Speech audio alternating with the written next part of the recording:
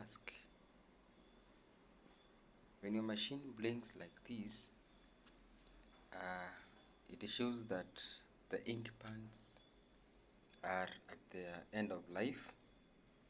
So what you need to do is to purchase a new key, the reset key. Either you can send your money to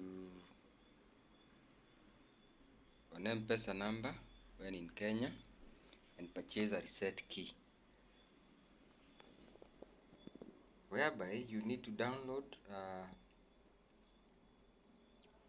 the reset band software, then enter the key.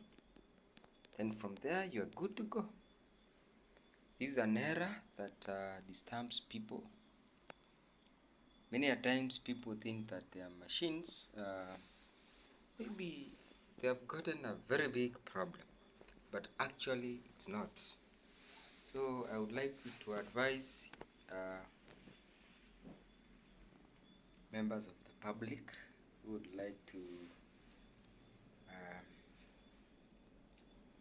have their machines corrected to contact me via my mobile number 0715 853 879, and then you'll be sorted.